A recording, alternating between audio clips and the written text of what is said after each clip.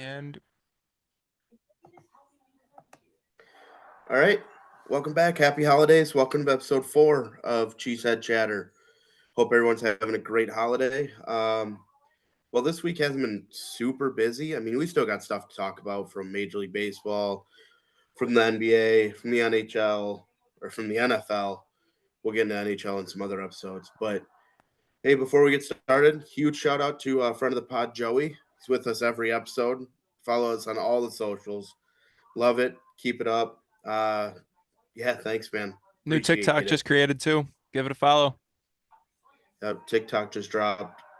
Got to check it out. So, couple of smaller moves, I guess, in the MLB this week, both from the Blue Jays. Isaiah Kiner-Falefa and Kevin Kiermaier back to the Blue Jays. IKF getting 2 years, 15 mil, and Kiermaier 1 year, 10.5 million.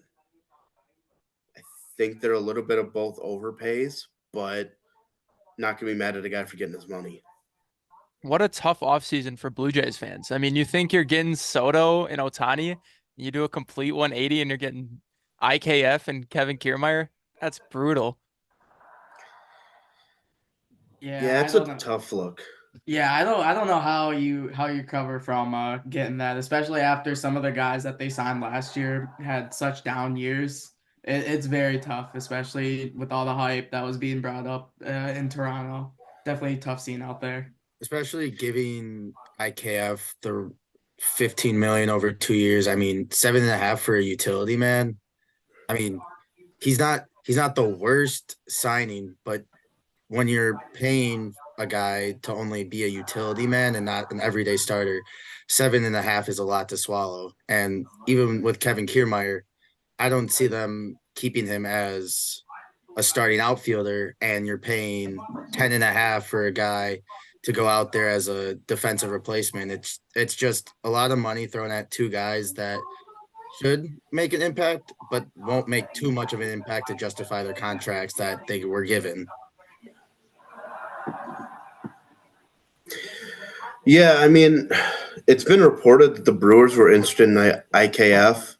Um, I'm a little glad they didn't make that deal, just because I wouldn't have paid him 7.5 for a year for 2 years. I think it would have been a more like a 1 year $5 million deal if it was the Brewers.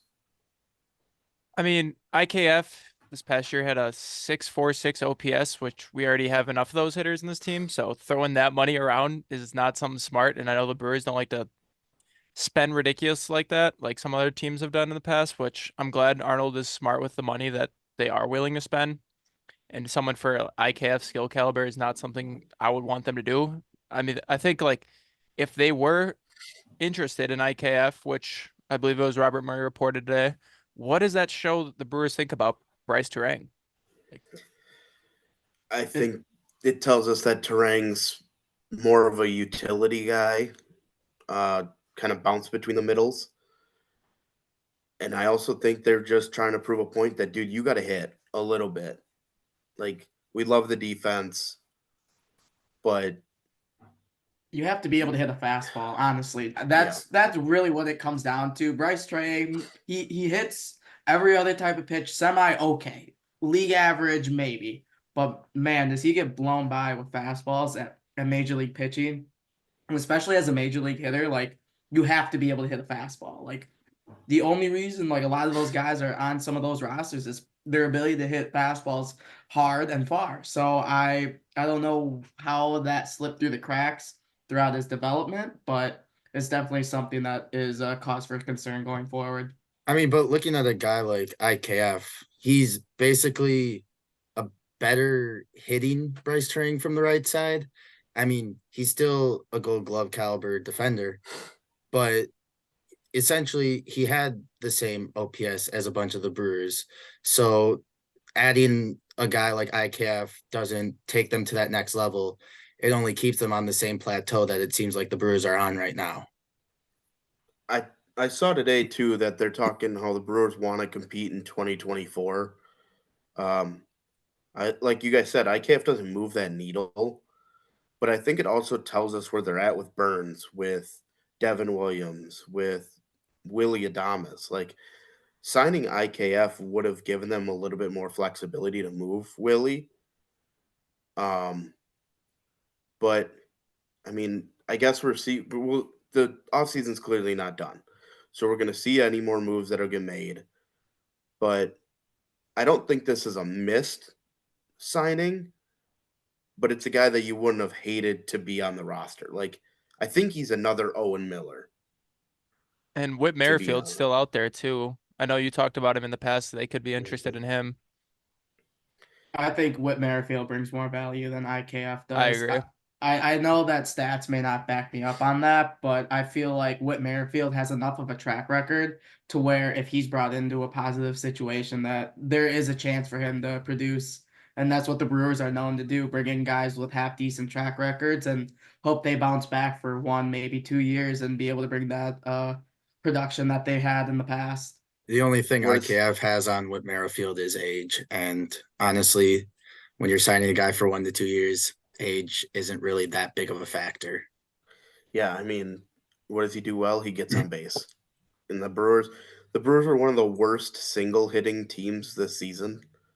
Like, not only did we not hit for a lot of power, we didn't hit a lot of singles. So it was like, just we need more guys just on base. Heard Keep Hog working the actually counts. had a really good article the other day that the Brewers were too patient a lot of times. Like they were in hitters' counts and they get fastballs and they're not doing anything. That was one of my biggest pet peeves with Rowdy. He'd get in all these hitter counts, he'd see a fastball and he wouldn't do anything with it. You're a guy like Rowdy, you're up there to do damage. You get that fastball in a 2-0 count, let's do damage with it. Stop being so Absolutely. selective. Absolutely. The Brewers have a lot of guys who have the physical abilities to do damage, like Joey Weimer's a Yep. big towering figure. Garrett Mitchell, when he hits the ball hard. Willie Adames, what? He had 35 bombs, 1, 2 years ago? Like, all these guys have the ability to put the ball over the fence. It's just about having that game plan and maybe adjusting that game plan as you are within that at bat, They might need to hire a It's third hitting coach frustrating. for this. They might need to hire a third hitting coach for this.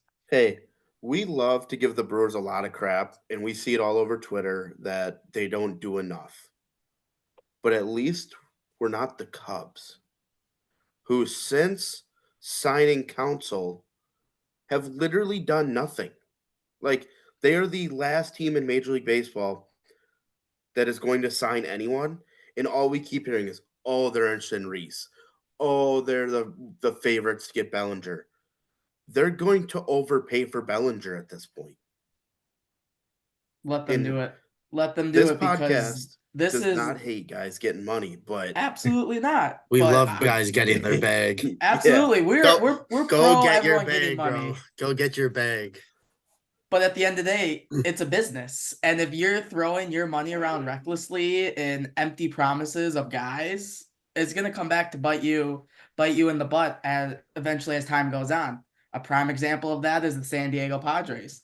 They went all in trying to funnel money as much as they could because they wanted to entice those big free agent guys to come in, but down the line, how is Xander Bogaerts gonna look? How is he gonna look playing DH every day, batting, we'll say 250 with like 4, 5, 6 home runs? I mean, it's going to be the Miguel Cabrera syndrome all over again. And the Padres can't afford to sit on that type of money. And I feel like the Cubs will eventually be in that same situation with some of their stars that they're going to overpay for. With the Padres, their owner just passed away, right? It was their owner. I'm yeah. curious if he knew that he was on, like he was going to pass away shortly and he wanted to go all in, spend all that money so that he could see a World Series. I could see that. I think, Yeah. I If mean, I'm in his position, I don't blame him. yeah. It's your team, your money. Go get your money. You know what? If I own a team and I know it's coming to the end, I want a ring. Mhm. And if he knows that big brother above me, like it is in LA, is gonna keep putting me down, why not make a final push? It I got respect butts in that. the seats. I mean, the Padres, there's so many pictures. It would always be like a random Tuesday and it's a Padres game full house. And it's like the Brewers don't do that. They don't just randomly sell out a random Tuesday game. And it comes with that type of spending, but sometimes that spending also hurts you in the end. Yeah, I mean, back to the Cubs. Like, they're eventually gonna. If they get Bellinger, we know it's gonna be north of 200 million. It's just the way it's going for him. Like, everything is setting up for him perfectly to sit there and go, "You okay? You missed on this guy. You missed on this guy. You said you were gonna sign this guy. Didn't happen. Here I am. I'm gonna name my price. Good luck." But like, to do nothing since bringing Council in, and if you expect Council to be end all be all, save your franchise, we're Brewer fans. He's a really, really, really good regular season manager. But the philosophy of only getting your starter to do the bare minimum really bites you in the postseason.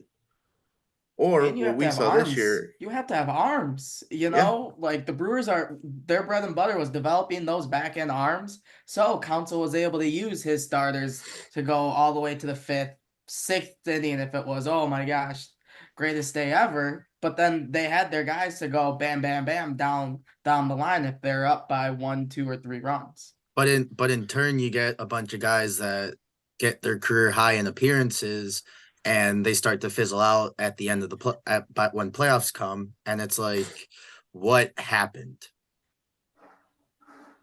you're not wrong. I mean, we saw it. We've seen it every year in the postseason. But that's also because they never put themselves in a position to really rest those guys. And I know they've talked about, like, especially this year, like, oh, Payamps were purposely giving a week off here.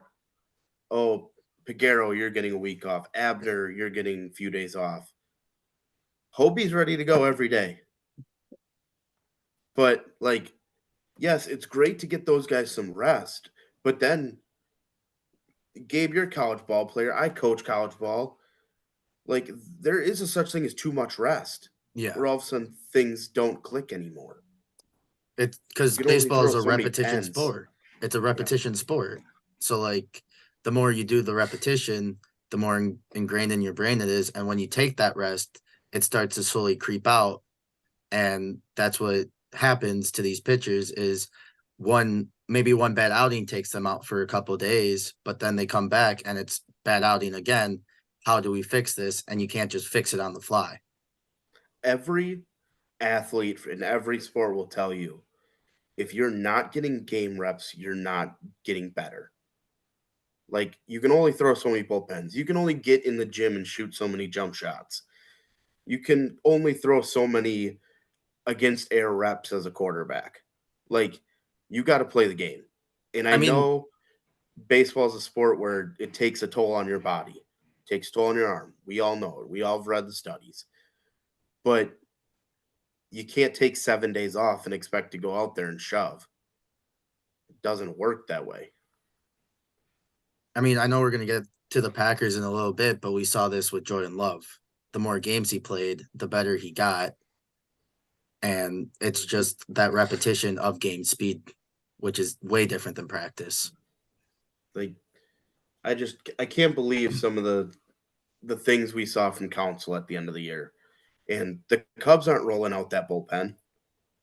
Or developing that bullpen either. I'm sorry. There's no way, shape, or form they're able to put together the same bullpen that the Brewers are without spending hand over fist for those arms. And who knows, because especially bullpen arms, those are a crapshoot when it gets in the season, you know. Sometimes those guys just can't find it or they just can't get going. And it's when it comes down to the end of it, I mean, some of those guys get moved around and you got to find a spot for them at the end of the year. And Council, who knows if Council's that guy or not. And the Chicago market is completely different than the Milwaukee market. Those media personalities in Chicago they're gonna apply some pressure on Council for his if he makes poor decisions down the stretch. They're gonna apply some heat to him in this pressers. It's not like Milwaukee where it's just kind of like, hey, we made the playoffs, we're happy about it. But Yeah, you're not wrong at all about that. I mean, we'll see. I'm also curious because Council didn't bring any of his staff with them. has he even announced So any of his staff? I haven't seen anything. I haven't either. Um, I think that's funny because the Brewers keep adding to their staff, and it's being regarded in baseball as one of the best. I mean, the best catching coach is staying. One of the best infield development coaches is staying. Like the Brewers keep adding these really awesome dudes, and we're seeing nothing out of Chicago. Hate to see Like the it. White Sox have made more moves than the Cubs. The Reds made more moves than the Cubs. The Pirates are making Yeah. way more moves. Like what? I mean, I the don't know. Cardinals retirement home starting rotation, they put that together. That's still more than what the Cubs did. So Yeah.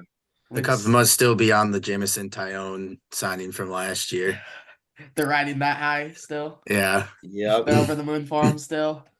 of course. You know what? Speaking of the retirement home, the Hall of Fame ballots came out, and we've seen a lot of voting. I'm gonna be honest. I loved watching a lot of these guys on the ballot as players, but they're not a lot of them are Hall of Famers. Like I think there's for true baseball fans, we're not writers, we are fans. The locks should be Helton, Mauer, and Andrew Jones. I'll agree to that. Yep. Mhm. Yeah, I think we're all I in agree. agreement there. What Mauer did for the catching position, like everybody loves to talk about Posey as becoming the gold standard. Like Mauer was that dude for a long time.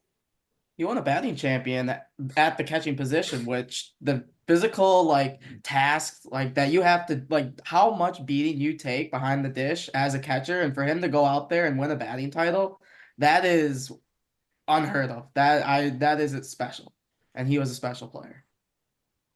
Someone that I want to talk about though, Todd Helton.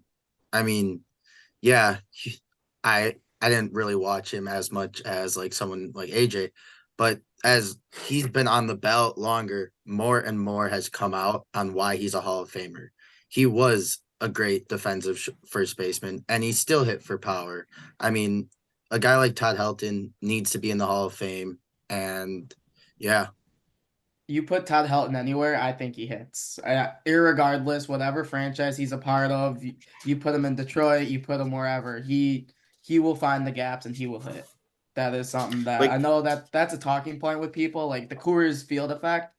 I think it's irrelevant with Todd Helton personally. oh, I totally agree. I do not care that he played in Colorado. That dude hit all the time. And like he was the face of the Rockies his entire career. I also love these dudes that played in one place their whole career, like Mauer and Helton. Like that says a lot to me. Special guys. Andrew Jones, the dude is a dog. Like I get why he may not make it, but those 90s, early 2000s Braves team with him and Chipper on unreal. he's basically the last one from that core that hasn't made the Hall of Fame, which is just crazy. Mm. A couple of guys that I think are like I think should get in, like Torrey Hunter, to me, revolutionized center field play, and it didn't matter where he was, he got the job done. Like that's a Hall of Fame dude to me. One controversial guy on this ballot that I know won't get in because of the steroid use, but someone that I could see getting into the Hall of Fame when they start allowing steroid guys like Bonds, Sosa, Clemens in is Alex Rodriguez. He is one of the greatest hitters at he's probably the greatest hitting shortstop of all time, but he tainted his career with using the steroids, and you can't put a guy like A-Rod in before you put a guy like Barry Bonds in. But once the steroid guys start getting into the Hall of Fame, which I do firmly believe that they should, A-Rod will be a part of that first wave of steroid users. That's the thing with steroids. You have extra juice, but guess what? You still have to put the bat on the ball. And that's something Arad was doing really well during his career. You still have to hit the ball. And yeah, he had some extra juice, but one of the hardest things to do in all of sports, hit a baseball. Arad did it really well during his career. I think he should get in as well, along with Bonds, Sosa, McGuire, all of them.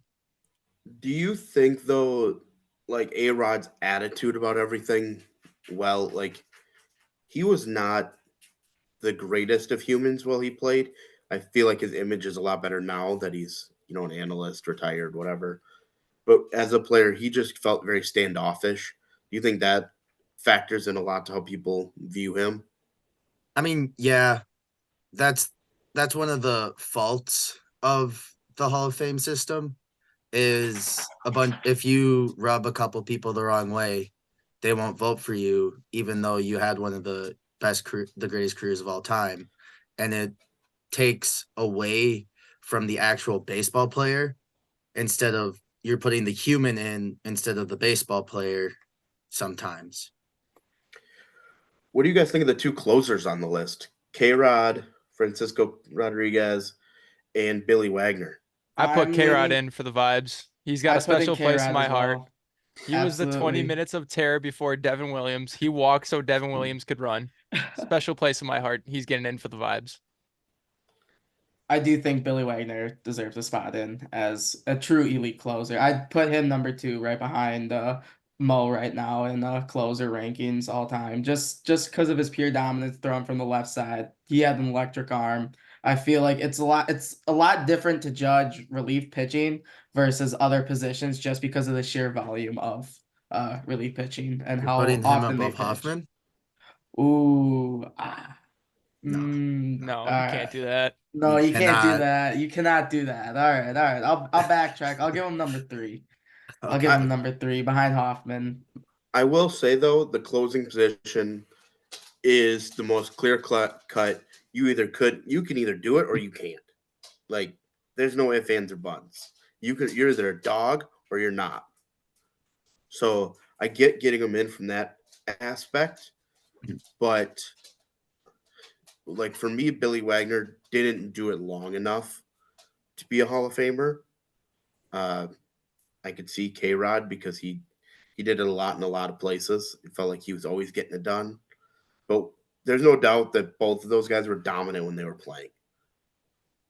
Absolutely. And especially with this ballot being so like what we've kind of put out as weak or we've kind of concluded as being on the weaker side in baseball. I feel like a guy like Billy Wagner could sneak in just for a handful of votes because he is getting down the line of him being on the ballot a handful of times. Yeah. I wish more like current players or like recently like Hall of Famers would vote on this instead of it just being a writers thing because I think players have a different perspective than writers do. I like there Uh, being the multiple viewpoints in there. Like yeah, the writers get it wrong like a lot of the time and a lot of bad ballot. Oh my gosh, I cannot speak today. Bad ballots today have been posted on Twitter and I think bringing the players in to help with that pool of votes would help a lot. so going from this current Hall of Fame ballot to best players of the last decade, since 2010 to 2019, who was the best? Who will end up on the ballot? Who's getting into the Hall of Fame? I think number one on that list is Posey. I agree.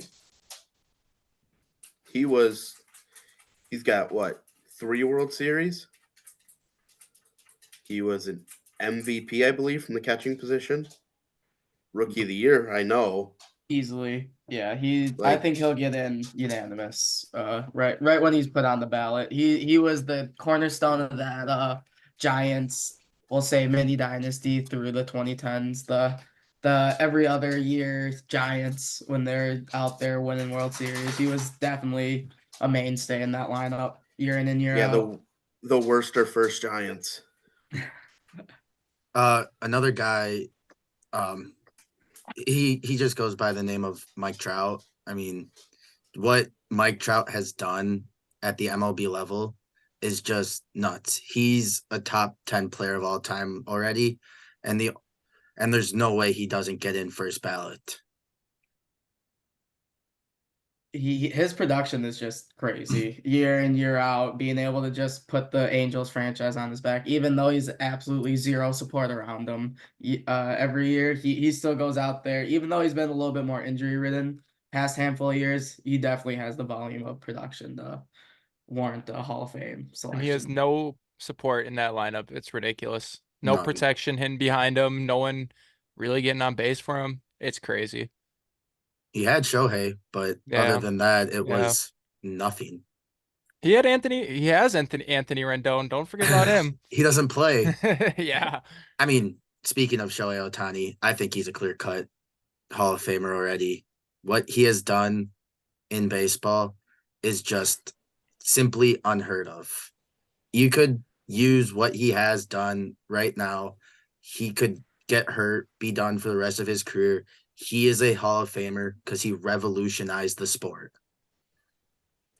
Yeah, I mean, I can get on board. I'm gonna need a few more years from Shohei, but he's definitely well on his way. You think a rule Uh, change guy like Shohei is warranted Hall of Fame vote, Gabe? Yeah. Him creating that whole pitcher DH to have that ability to have you pitch and then be taken out and then still stay in the lineup. You think that He was is that he is so was funny because that rule has existed in high school and college baseball forever. Why it wasn't just a major league rule like every other league is beyond me. they never had that issue until this past handful of years. So I guess it was something that they finally looked in the mirror and said they had to implement. What about a guy like Bryce Harper? I mean, he came into the league at what, 18, 19? I Yeah. mean, he's been balling out since then to come in and do that. Like he was, this is before his time in, in the MLB, but he was getting all this attention as a teenager, like similar to LeBron. Like he went to a junior college. He graduated high school early. He went to a junior college and he was in the MLB not long after that. I I think mean, he's up there as well. really all he hasn't done in his career is win a World Series. Yeah. And that's 100% a team award. And he's been in positions to get to that World Series. We can't say he hasn't performed in the postseason though either. Like No, not at all. he, He's definitely helped put that Phillies team on his back and I really think move them forward. I think he's in. He's a polarizing figure. I think he's actually gotten a lot calmer as he's gotten A a lot more little liked in the quote media unquote too. Yeah. older. Like, what was that? But Earlier on in his career, he got in that fight with what was it, Papelbon? Yeah, where he Papelbon choked him in their out. dugout. Yeah. I love Bryce. But where do you see guys who like Juan Soto and Ronald Acuna? I mean, just electric players, the tools to get it done. How much more do you guys need to see from them to say they're sure ballot Hall of Famers? How old is Juan Soto right now? I guess we'll start there because he was in what, the World Series as a 19-year-old? I want to say he's just turned 25. I'd For say me right now, Soto's a no. not Really? yet. Not Soto's yet. 25. But here's the thing with me with Soto. He hasn't been like he was the best player in Washington, but he wasn't that guy in San Diego. And we know he's not going to be viewed as the best player in New York. I don't think he's gonna perform that well in New York. I think he's gonna be try to pull everything into that short corner as opposed to thinking opposite field, and I think it's gonna lead to a lot of rollovers for him this year. That's a little hot See, take for I me. feel like I'm on the total opposite side of that because he was so passive in San Diego and him having both corners be really short. I think he will just try to just put the ball in play and spray it wherever he can, especially with those deep gaps in Yankee Stadium. Because if if he's even late on one because of his elite contact ability, if he's late, he can flip one right over the left fielder's head. Or if he runs into one out in front, he can just flip it right over the right fielder's head, but then he's also patient enough to take his walks to have his 400 on base percentage year in and year out. So He I can feel like take he walks will with the best of perform. them. He really Take walks. can. Like I think Soto's going to get there eventually, Yeah, give him 5 to 7, but I feel. like he's another guy I got to see more. Like Right. don't Absolutely. have a 300 plus run of like 3-4 years in a row or like a 295 run. I think Acuna you could probably make an argument that he already is a Hall of Famer. The dude is electric. He's exciting to watch. And I get that doesn't always constitute being Hall of Fame worthy, but he plays hard all the time. He is already just dominating the league. Like everybody loves to talk about Shohei. Acuna is doing it strictly with the bat, and it's He just as dominated the impressive, if not NL more. last year. When he walked up to the plate and we were in Milwaukee watching him, I mean, he terrorized the Brewers last year. It was crazy to see. But then you got to remember that the Braves won a World Series without Ronald Acuna in that lineup. I feel like it's hard to penalize him for that. It is definitely hard to penalize him, but you also got to look in the minds of the beat writers who choose the Hall of Fame, and they might see that as something to hinder him, which it shouldn't, but a lot of writers aren't the brightest. Most of them aren't. So here's a guy, switched teams, was on one building super team, and now he's on a super team, Freddie Freeman. Because there were some lean years there in Atlanta where I thought he was getting traded. I think the And ring he's- helps him a lot in Atlanta. I think that really boosts his image, and especially now that he's in LA producing at a high level, I feel like I feel like this is sustainable and a sustainable output for what he will bring in year out, especially with like he's so good at putting the ball in play. He takes his walks, he plays good defense, he runs the bases hard. Like he does everything you could ever possibly want out of your first baseman, and it is so invaluable to the Dodgers what he does. And he is really well respected too, which will help him. Like he's A just an lot. all-time great guy. I feel bad for him because of what happened with him and the Braves and his agent, but Mhm. he's on the Dodgers now. Big whoop. What about his Dodger teammate Mookie Betts? I mean, I was just about to say him. yeah, 'cause I mean, I he's a think first I think Mookie is a Hall of Famer 100%. I between find what it he's done in wild that he's playing Boston, second base. I find it wild he's picking up second base on the fly. Like I know he came up through the system as a second baseman, but coming in your later years and moving into the infield, that is just a freak athlete right there. He's Being able to yeah. patrol right field and then just be, oh, okay, yeah, I'm gonna be your double play partner for a handful of games and then go back out to patrol right field and And don't wasn't know. this season his most powerful season by far? Like this guy is just getting better with age. And Better it's and smarter. He's getting yeah, a lot smarter because he came into the year wanting to like catch the ball out in front, catch the ball out in front of the plate, and let his work that he's been putting in all these years like play I out for just him. I just pulled his baseball reference up. He's hit 35 home runs each of the past 2 seasons. He did that 0 times in Boston. And a lot of people would say that Boston is a very home run friendly park for right-handed hitters. half-hearted joke, but are the Dodgers banging trash cans? Who knows?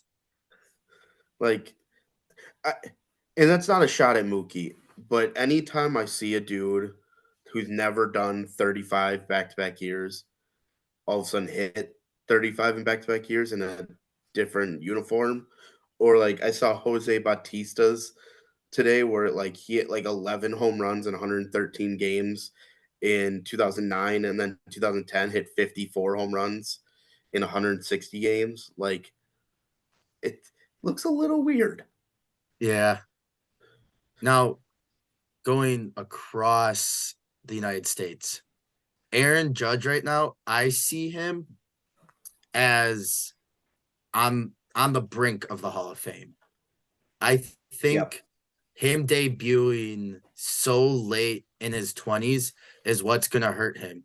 His But- sample size hurts him a bunch. But if he wins a ring, which I don't think should be the tell into the Hall of Fame, if he does win one in New York, he is a first ballot Hall of Famer.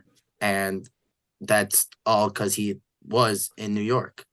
I think if he wins another MVP, which he is definitely capable of, I think that puts him over the top. Especially with Shohei in the NL now. Yo, Yeah, right now he's with Soto hanging out in the Hall of Very Good on the brink of Hall of Fame. So, but who's that next crop? So we're now like we've got guys that debuted in the 2010s ish. Now, how about guys that debuted in the 2020s? I'll give Actually, before we you even get there, our. Oh, there's one guy I want to talk about quick, and it's Hader. And he's not a Hall of Famer yet, but 2 reliever of the year awards. He's been a great closer. Do you think he ever gets there? I think whoever he signs with this offseason makes or breaks that case for him because he has to be smart. It is either he will want the money or he'll be willing to take a pay cut and go with a contending team to hopefully boost that bullpen to help him win a ring and get that team award that just isn't on his mantle yet. Well, I saw he wants more than Edwin Diaz got. More than 5 years, 102. Good luck. So I don't know I don't know who's got that money. Like, okay, the Dodgers, but how many deferments are we gonna have? But other than that, like the Rangers aren't paying that. I don't think the Mm-mm. Yankees would pay that. Nope. Would the Orioles pay that? No, No. They No, they're they already expect talking him about how they to. won't be able to afford 13. Adley. That's And right. they're already Yeah. talking about how they're not gonna be able to pay Adley and Gunner and like Does anyone their know windows now. who is he represented by? Does anyone Um, know? Is it CAA? Because I I think, Who, have no Hader? idea. yeah, because I think one of the things, like when he was coming up with the Brewers, he was that multi-inning firearm kind of guy. Yeah, And I believe CA. it was his agent that kind of told the Brewers, let's get 1 inning, let's make him your traditional closer. Yeah, it's I think, CAA, Gabe said. yeah, so I think he's got to take a pay cut here, be on a winning team so he can get in. Because if you're on a losing team, like you're not going to have opportunities to pitch for saves. If you're Hater this year, I would take probably a 1-year deal with like the Phillies I would like that and for him. That's like go smart. prove like that's a really good team. Go prove yourself on another really good team. So anyways, fast forward 2020s guys. So guys that have either debut or will debut, who we think projecting out could be Hall of Famers. You I'll already give said you. one name, Adley Rutschman. Yep. Yep, Yeah. that's who I was Yep. gonna go Yeah. with. Pretty much Buster Posey's, I would say, modern version, switch hitting, power, a pure just catcher, defensive catcher. It's smart, works with the pitching well. Like he is your all around like cornerstone catcher that you could possibly ever dream of starting your team around. And I'm gonna go with Someone. his teammate Gunnar Henderson. Like That is his a good one projection is too. already just going. Yep. I want to go down south to Miami. Yuri Perez. He, Ooh. if he continues how he did this past year as a 19-year-old throughout his major league career, has 10 or has 15 years, maybe 12 years, 12, 15 years, he will be a Hall of Famer. I firmly do believe that because he has 6'8" and is just a electric arm. What about a guy like Devin Williams? Well, yeah, Yeah, he's got he debuted in 2018 or 19 though, but I mean it's still like he's priming. yeah. Like his Yeah, he hasn't prime gotten is his here. second And contract yet. he has So that changeup too, which as you saw with Hoffman, he was able to extend his career a little bit. Granted, he wasn't And phenomenal. Go he's ahead. got 2 reliever of the year awards. Yeah. and the rookie of the I year. mean, Yep. and The a rookie of only the year. Like I think he's in that conversation of like K-Rod though, where it's like, how long is he going to do it for? I just think the fact that he has that changeup, I think he'll be able to extend his career I I for a think he do decent needs a amount. third pitch. It is. I think it is imperative that he figures out whatever his slider, cutter, something to go against right-handed hitters, something to get some sort of depth off of his changeup, and I think that would absolutely skyrocket him as a closer. He has already 2 of the best pitches in the game right now. He just needs a league average third pitch, Yeah. and I feel like that would skyrocket him to be able to get on that type of a Hall of Fame path that eventually. Yeah, I think for him though, the big thing is he's got a revolutionary pitch. Yep. Yep, Oh, I 100%. 100% agree. And we've seen guys get in the Hall of Fame for revolutionizing something in the game. So I could see it with Devin. It's Hall of very good right now. He'll be on the Brewers Walk of Fame. Yeah, he Yes, will. he'll be a Brewer Hall of Famer. There's Yeah. no doubt about Yeah. that. Stay in the division. This a little hot takey, but I think O'Neal Cruz could be that guy. Got to stay healthy, I think. Got to think- stay healthy, but dude is electric when he plays. Do you Ellie think could he be in that sticks? same. Do you think he sticks at shortstop? Do you think both Ellie and O'Neal Cruz stick at shortstop? Or if you were that franchise, would you possibly try to convince them to possibly go out and do what Tatis did, move out to right field, move out to left field, even third base? You know, I know the Reds are loaded up with infield prospects, so O'Neal Cruz might be kind of stuck at short. Or Ellie De La Cruz might be stuck at short, but O'Neal Cruz, I feel like definitely has a shot to go play other positions on the infield. I'll say this. They are both phenomenal infielders. But for longevity of their careers and to put up the numbers that I think are needed to get in the Hall of Fame, they need to move to the outfield. And like they both have absolute bazookas to play like right field. Oh Like, go yeah, out they're there. both physical specimens. It is impressive watching them patrol shortstop. I can only imagine what they would do, give them right field for say, you know. Like, I think that's where those two need to go is the outfield. But like you said, like Ellie may be stuck. O'Neal probably is stuck. I guess it depends on how they view some of their guys coming up.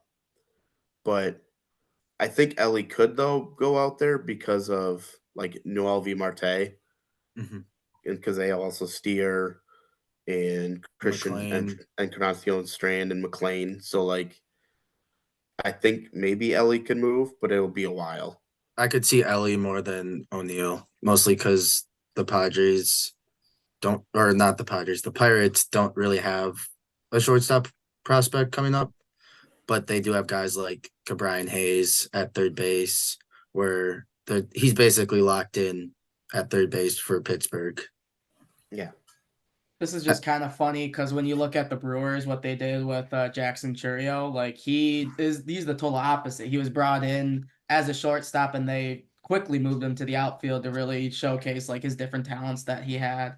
And we're Yeah. kind of looking around now with the Brewers. We're having the issue of what if he played second base? What if he played shortstop? That would solve a lot of our prospect issues. I just Yeah, find but it funny look what it that we did look for at his that. bat. Oh, Mhm. absolutely. It opened them up to just be able to go out there and hit the ball over the right fielder's head as many possible times that he can in whatever summer league he's playing in. Yeah. Another Um, guy, Corbin Carroll. I mean, you said Gunnar Henderson. Yeah. Where do we see Corbin Carroll? I mean, they already gave him the contract, Yeah, so They I believe feel in like him. he kind of has to live up to it a little bit. It's a very fair deal. I mean, both the Diamondbacks got a steal on that, but yeah, I think he kind of has to live up to it. Josh Jung, Rangers. oh, I could see it. Huge power bat. I really wanted the Brewers to push for Josh Young, try to trade Corbin for him last year. And or But Brandon Woodruff last year. yeah, but obviously we saw that worked out. Josh Young became an all-star as a rookie, and Corbin Burns is still on the Brewers. So And Woodruff isn't. yep. I mean, I feel like there's a lot of guys coming up. Like Michael Harris already has a Rookie of the Year, but he's on such a loaded team that I think he gets lost in the mix.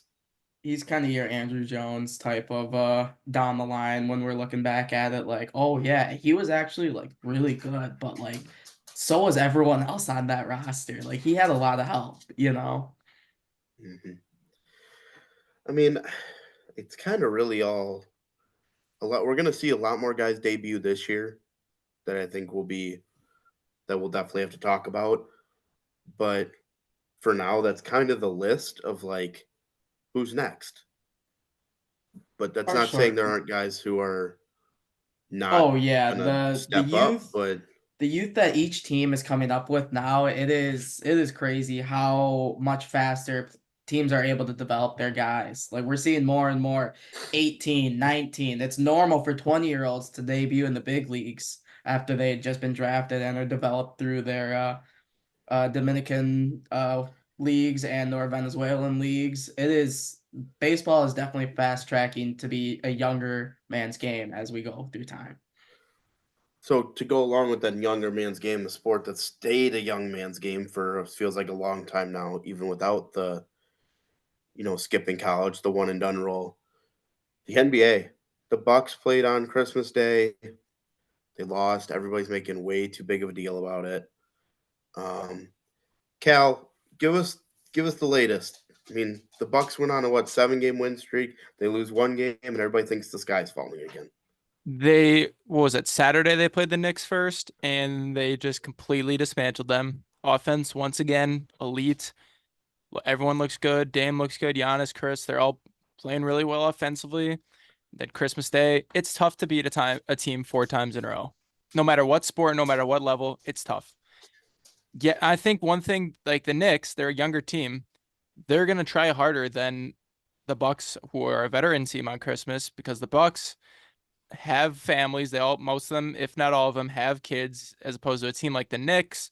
They're younger. I'm not completely sure on this, but I don't think many of them have kids already. If they do, I just think that they're more likely to be giving it their all on Christmas Day, especially at home. They're hungry and they don't want to be beaten by the Bucks for a 4th consecutive time. So I think that's just one thing that kind of led to the Bucks losing on Christmas Day. Knicks were hitting tough shots.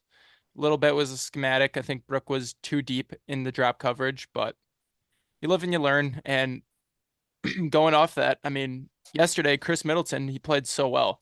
I did not think, to be honest, that we were going to get this level of Chris Middleton back. But he is. He's showing he's healthy again, and he is so complimentary right next to Giannis. They've been playing together almost 10 years, if not 10 years already. Like, he's not flashy, but he just gives you offense. He's not gonna he's not doing windmill dunks, but he's gonna give you 30 on almost any night he wants to. I look forward to seeing his number in the rafters at Fiserv in the future, but not too much to say about the Bucks for me, but Piggyback Look. off of you, Calvin. Christmas Day, it's one game. It's a regular season one game. The only reason that people are really trying to snowball this to make it a really big deal is because it was a nationally televised game. Yes, do we want the Bucks to win on Christmas? Of course. But it doesn't make or break the season, as at we're all. slowly learning throughout the season, Like Bucks will lose one game, sky's falling, everyone loses it, fire everyone, blow it all up, and then they rattle off a handful of games. They're still second in saw- the East. And they have a saw the top Ringer- percentile offense too. Like, Oh yeah. I saw the Ringer said the sputtering Bucks. yeah. The Like, sputtering Bucks that dude, just You won know 8 games what? in a We'll row. let everyone Let's get believe they're real. sputtering. Let them I mean- believe that. All the Knicks did was out offense the Bucks on Christmas. That's really what it boils down to. Dame And was missing wide open. And then the Bucks scored And 144 last night. Like, If a It's team one on game. offense It's one is game. the Bucks, you just got to tip your hat because we are in the top percentile of offensive rating in the NBA. Like, Hey, you just got to shout tip out- your hat. shout out to Griff for bringing in the Australian basketball's Phil Jackson. Dude won. They hired another assistant coach. The dude Oh, yeah. won 5 titles in the Australian Basketball League.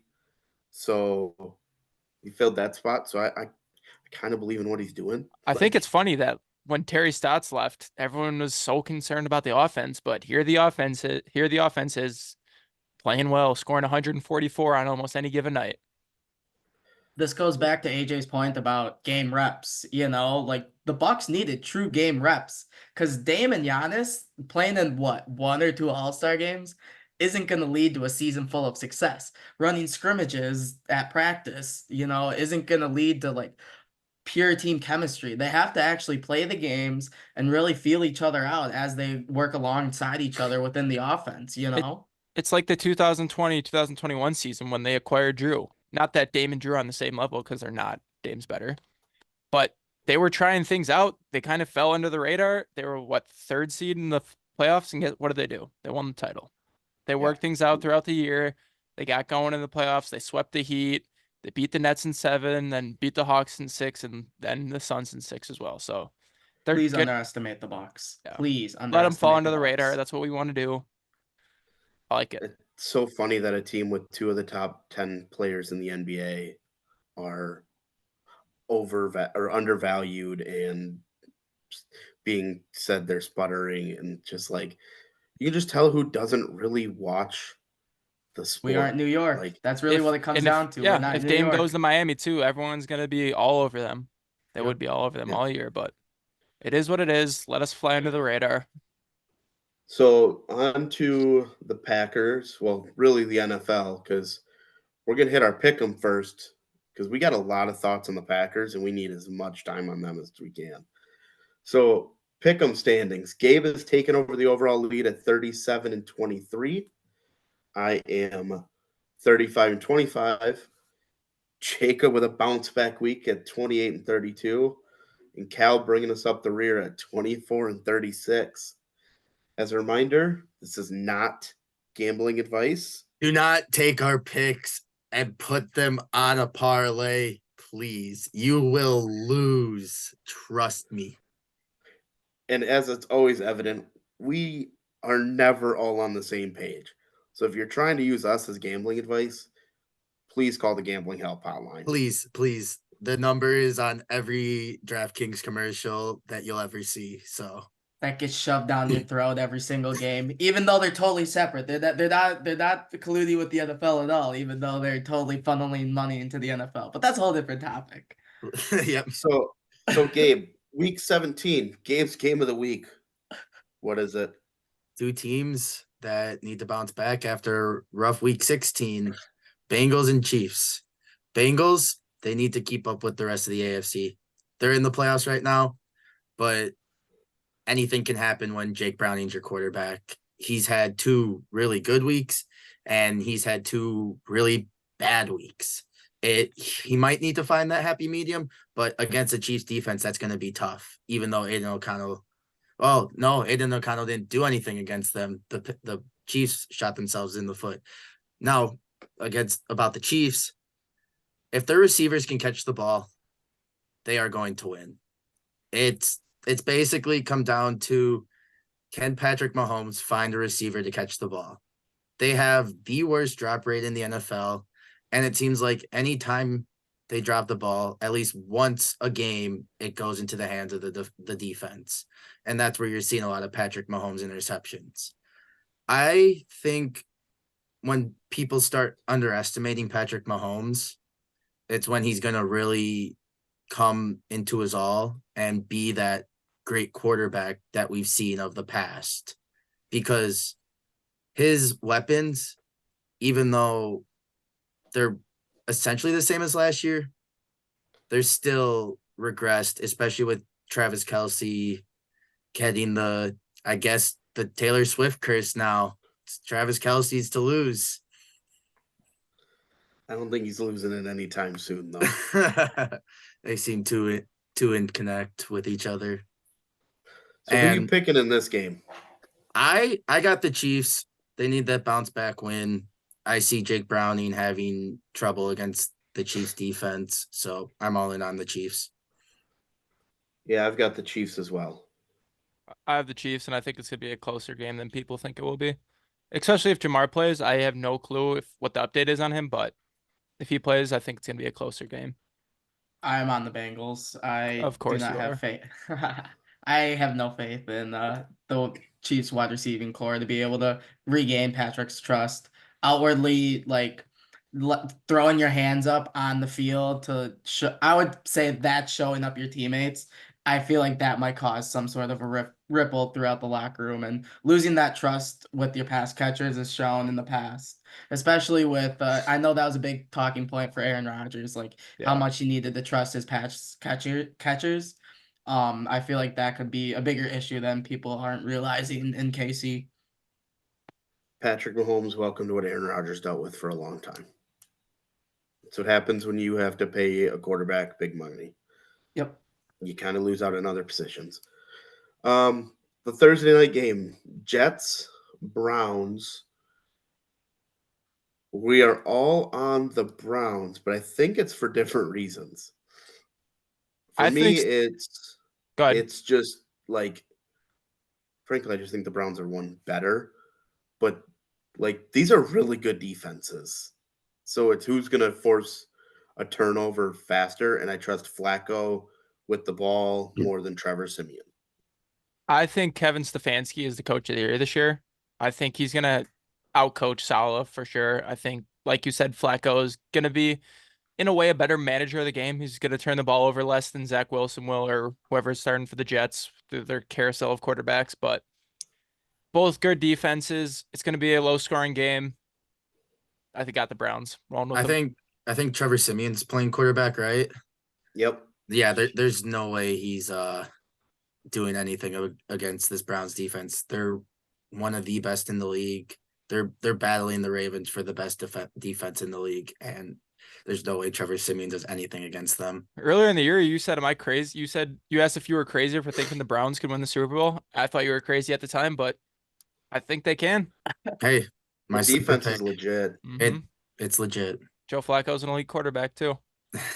That's the Mari thing. They've Cooper. got the quarterback. They've got the quarterback situation.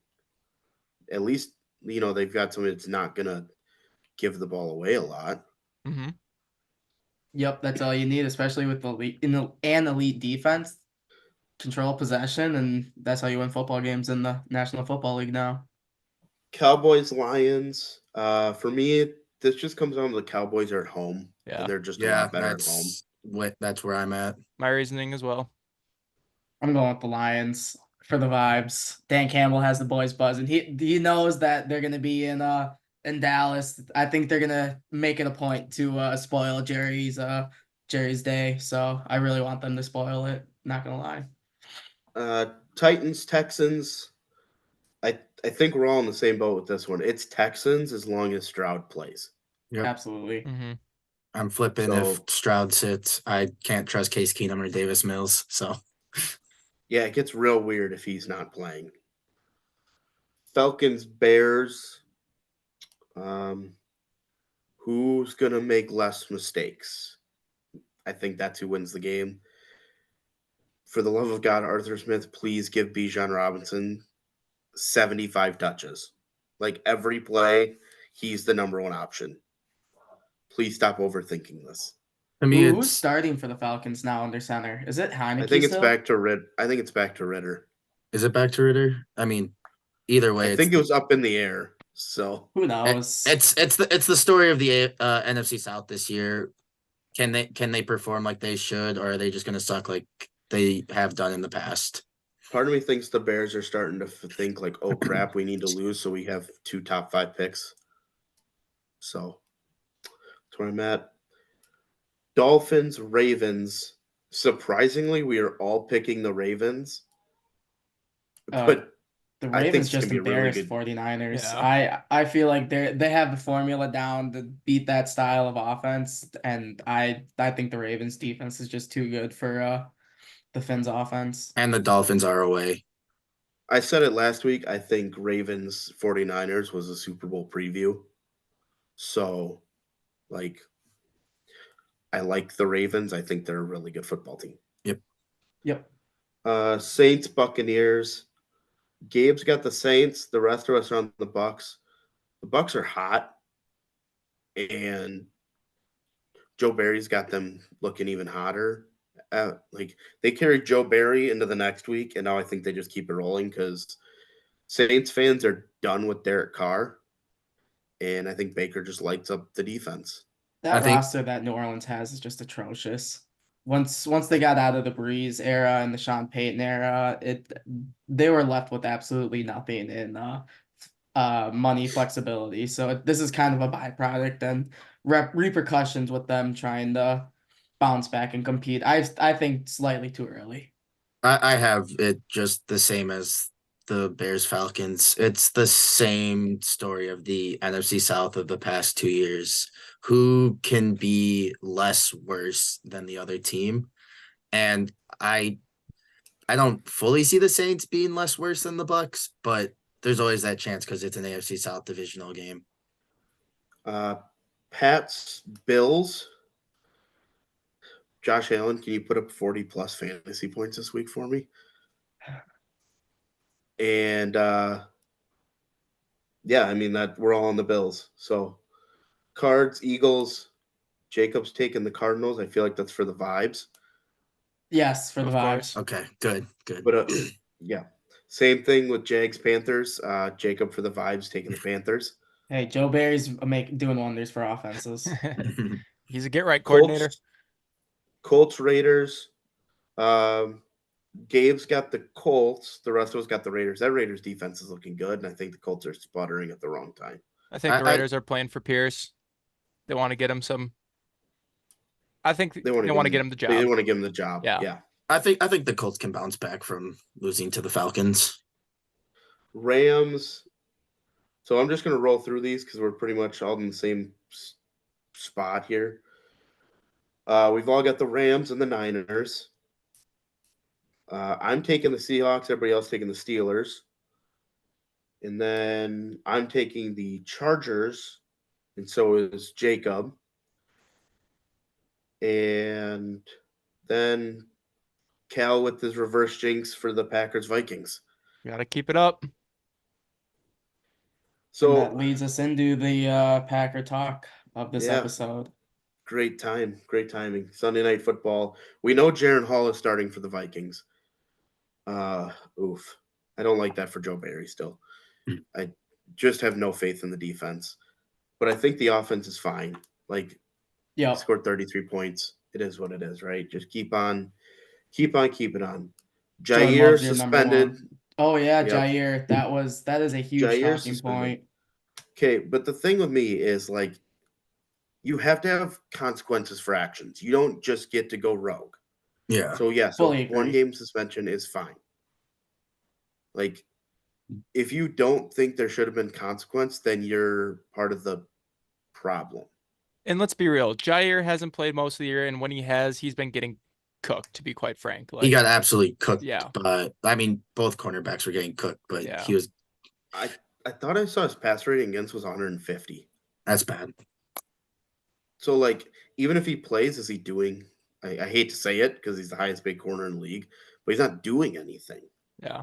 I mean, another thing with Jaire, it's like, does it? I mean, he went out for the coin toss and he almost deferred them to kick the ball both halves. It's not something. It's like the only reason it matters is the point of the season we're in, and we've gotten there without Jaire. Yeah. And then he goes and posts that photo of him doing the coin toss on his Instagram. Like, that's just showing your coach up there. It's showing up your players. He said that a lot of the players are cool with it, but in my opinion, that's showing up everyone. And as a coach, in order to not lose the locker room, you got to suspend him for the game. That puts your teammates in a pretty tough position too, to be honest, to kind of point out to everyone else and say, hey, support me. Yeah. Or like look like that guy, to everyone else and in the media. Jaire put a lot of people in very tough spots. I do not disagree. Don't get me wrong. Like, everyone else in that situation needs to be held accountable for poor play, poor game planning, whatever, this, that, or the other thing. But at the end of the day, everyone's in there as one big unit, and you can't have a piece of your unit who's supposed to be like one of your captains, coming into the season. You would pin him as one of the big figures within the Green Bay Packers. He's getting paid all that money. You want him to be that leader for that team, and for him to pull, I would call it a stunt, is very detrimental to the team. I would have to agree. I bet MLF went to some of the team leaders and talked to him about this. So hope. Mm-hmm. You'd hope. Yeah, you would hope. I think this is more an indictment on Joe Barry than it is Matt LaFleur. This just shows lack of respect for the defense side of the ball. Yeah. But it's also on LaFleur because he does need to get rid of Joe Barry. Like, I get it. We got 2 games left at this point. We're going to keep saying it every week until then, until he's fired. Send a message, please. Bryce Young would have been the 3rd straight NFC Player of the Week, by the way. It's just taking accountability. Like, this isn't the standard. Like, it's the Green Bay Packers, for crying out loud. The standard is Super Bowl championships. Employing Joe Barry every single week is not going to result in wins, and winning is the standard in Green Bay. It's title town for a reason. He was the DC of the worst football team of all time. Like, if that His- doesn't show you anything, I don't know. I really don't know what does at that point. His father-in-law fired him. Like Off that team. what? That team went 0-16, and he's. Oh my god! It Just doesn't the- make sense. No, and it'll never make sense. It never But will. we'll talk about it again next week, and it is what it is. But hey, thank you everyone for joining us. Make sure you're hitting all of our socials, including now TikTok, where we will be posting clips, and follow us on X. Drop us a line if you want us to talk about anything else. Big shout out to you guys for just being listeners. We love it. Shout out We Joey appreciate again. everything you. Shout out Yeah, Joey Joey. Kalura. Huge shout out Joey. to Joey. Shout out Joey. He knows ball. Love our fans. But yeah, happy holidays from us. Happy New Year. We will see you next week. Thank Peace you. out. Peace. See you.